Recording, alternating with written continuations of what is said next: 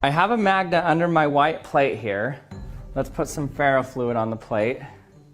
Ferrofluid is made of nanoparticles of iron, and when you apply a magnetic field to them, they follow the magnetic field lines in this spiky pattern here. The stronger the magnetic field is, the closer together the spikes form. So first let me show you what happens when I move a regular magnet near the ferrofluid.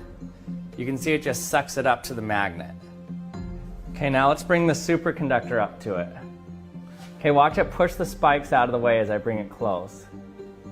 That's because it's opposing the magnetic field at first.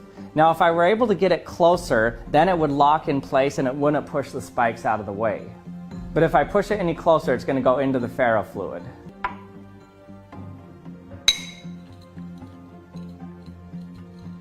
Another cool thing I observed is that when you bring it near the ferrofluid, the spikes actually start to flow towards it. Now this seemed odd to me because there wasn't a reason magnetically why it should do that. So I tested it with just plastic that was cold, not a superconductor, and it did the same thing. Bring it over to the point of the bolt and just gently drop it on there. Okay. In fact, you don't even have to touch it. It'll get pulled right over because of the magnetic field. Wow, look at it building up. Whoa. That is so cool. It's turning, I don't even know how to describe it. It almost looks like if I touched it, it'd be spiky. Watch this. Okay, wow. The magnet is actually drawing those particles. Keep loading it up. We're going to see how much fluid we can get on here. If you notice, you look really close, you can see they're like little spikes. Yeah, that's what it almost looks like. If I were to touch it, it would be spiky. Clearly, I know that's not the case. It's actually soft. It's still a liquid, but because of the magnetic field, it's actually taking on a different shape. Those little particles are actually little magnets, but they've been coated with a surfactant so they won't stick to themselves. But in the presence of a very strong magnet, they'll begin to take on these interesting shapes. Oh, look, it's starting to get spiky even on the threading of the bolt. Yeah. That is super neat. So it's fighting against gravity. The gravity is pulling it down. The magnet's pulling it down. Surface tension is trying to create these interesting shapes. Sure. But so it looks cool, right? Yeah, it's looks really very interesting, cool. Very cool. What would you use it for? Is the real question. And so if you have a hard drive with a spinning axis that you want to seal, you can use ferrofluid. You put two magnets around the axle, and the ferrofluid will form a seal around the axle. Or if you want to separate things that are non-magnetic, this is a copper penny. Sure, but we know that it's only partially, not fully copper, right?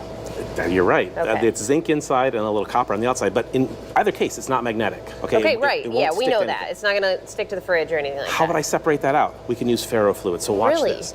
Load up my little cup with some ferrofluid. Just use the whole container. Just you just dump it in? Yeah, just dump it in. It's okay. And if we... That good? Yeah, that's perfect. If we take the magnet and drop it inside, no great surprise, it's simply going to sink to the bottom. Sure. Now, here's where things might get a little bit messy. Watch out. Woo! Okay, if I take this super strong magnet and pull it away and put it underneath, the penny will float to the top. Yeah, immediately. Immediately. And if I take it away from the magnet, the penny sinks. Wow. If I bring it down to the ferrofluid, and so that's just the force?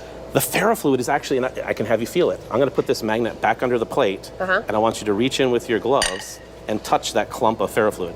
What does it feel like? Describe that. Oh, gel. It feels like a hard, gooey gel, and I can't grab it off here even though I want to. The density of the material has changed in the presence of a magnetic field, and this is one way that recyclers can actually separate non-magnetic or non-ferrous metals from magnetic metals. That is so neat, and yeah, you can't, I'm trying to even separate it, and it won't work. It feels like Jell-O, it's really weird, but if we do take the magnet away, I'll try not to splash, it goes right back to a liquid. Wow, that is really neat. So then this almost, in theory, can be reused as well, the actual... It can, yes, absolutely, yeah. Wow. There's even some talk of using this sort of nanotechnology to target drugs. So if we attach a specific drug to the nanoparticles here, we could put it in an entire body and it would all be dilute. But if we target an organ with a strong magnetic field, we can actually cause all of the drugs to go to that one location. So in theory, if you needed maybe a heart medicine that you didn't want going elsewhere, in theory, yes, there could be a magnet used so that we could target that stuff using the tiny nanoparticles, and then take the field away, it disperses throughout the body, and you're fine. So it's something people are working on.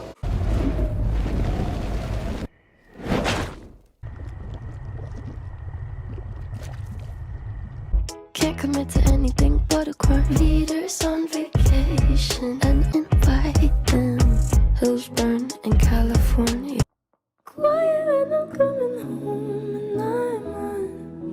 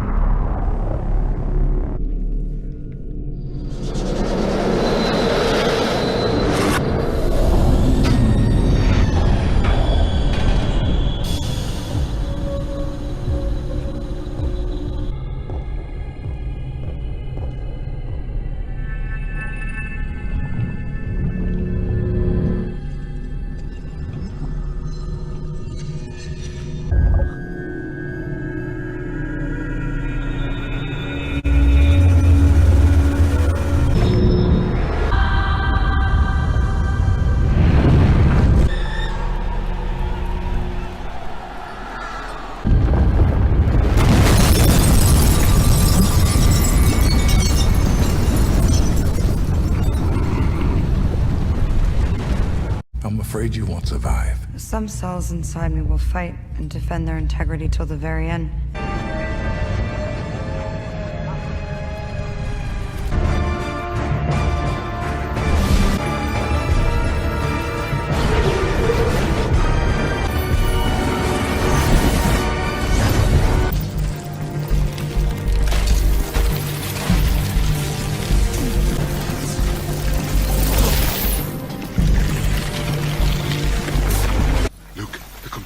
It's moving.